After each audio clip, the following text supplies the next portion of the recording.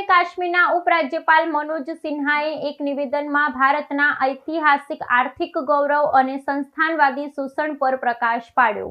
મનોજ સિન્હાએ જણાવ્યું કે 11મી સદીમાં ભારત વિશ્વનો સૌથી સમૃદ્ધ દેશ માનવામાં આવતો હતો અને વૈશ્વિક કુલ ઘરેલું ઉત્પાદનમાં તેનું યોગદાન 33% જેટલું હતું।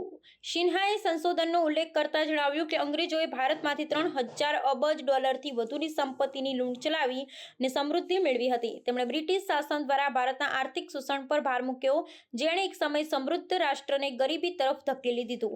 આ નિવેદન સંસ્થાનવાદી શાસનની ભારતીય અર્થવ્યવસ્થા પર થયેલી નકારાત્મક અસરોને રેખાંકિત કરે છે।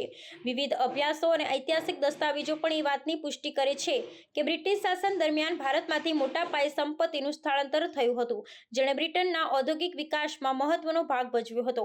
આ સમયગાળામાં ભારતના પરંપરાગત ઉદ્યોગો, ખાસ કરી કાપડ ઉદ્યોગને વ્યવસ્થિત રીતે નષ્ટ કરવામાં આવ્યો, જેને કારણે ભારતની વૈશ્વિક ઉત્પાદનમાં ભાગીદારીમાં ભારે ઘટાડો નોંધાયો હતો।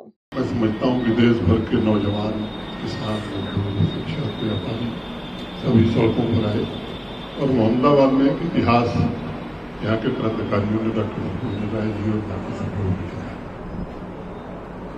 लंबा समय हो गया कि शहादत की वजह से देश आजाद हुआ।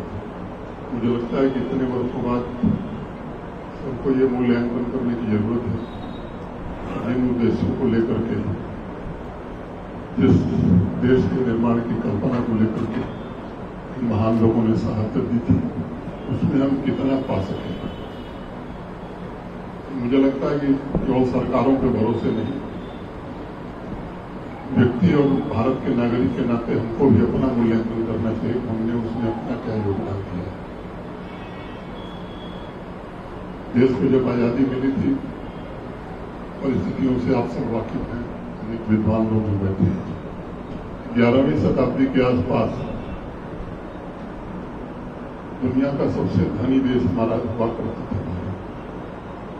और वर्ल्ड जीडीपी की मैं बात करूं, इसमें भारत का जो हिस्सा होता था लगभग 33%, 33% हुआ।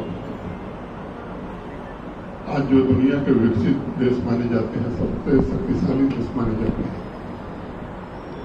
पूरे यूरोप को मिला दीजिए तो उनका कंट्रीब्यूशन 5% से कम था और अमेरिका जैसे देश का कंट्रीब्यूशन 0.5% हुआ।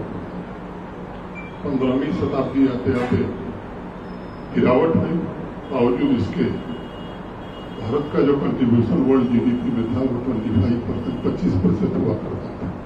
वही यूरोपीय पुनर्जागरण का कालखंड है, यूरोपियन रेनेसांस से। और 14वीं 15वीं शताब्दी से लेकर के और आजादी हासिल होने तक एक लंबा कालखंड था जब देश में विदेशी आक्रांता आए, लंबे समय तक गुलाम रहे, धन, संपत्ति सब कुछ लूट करके ले गए। नए जो शोध हुए हैं दुनिया भर में, खासतौर से दुनिया के इकोनॉमिक्स ने जो शोध किया है, उसमें उनका मानना है कि इंग्लैंड इसलिए धनी हुआ क्योंकि भारत से $3000 बिलियन से ज्यादा पैसा लूट करके इंग्लैंड के लोग ले गए। हमारे महान स्वतंत्रता सेनानियों के संघर्ष के कारण खुली हवा में सांस ले सके। जब देश को आजादी मिली 1950 के आसपास जब अनुमान लगाया गया तो यहाँ 15वीं शताब्दी में हमारा कंट्रीब्यूशन 25% था। 1950 में वर्ल्ड जीडीपी में हमारा कंट्रीब्यूशन 4%, 4% रह गया। यात्रा हमारी वहां से शुरू हुई और अभी जो अंतिम सर्वेक्षण 2023 में इंटरनेशनल मॉनेटरी फंड, अंतर्राष्ट्रीय मुद्रा कोष के प्रसिद्ध अर्थशास्त्री है यंगस मेडिसिन, उनकी टीम ने जो आकलन किया है 2023 में भारत का योगदान जो है दुनिया की जीडीपी में 15% हो गया है और अभी हम 16% से ज्यादा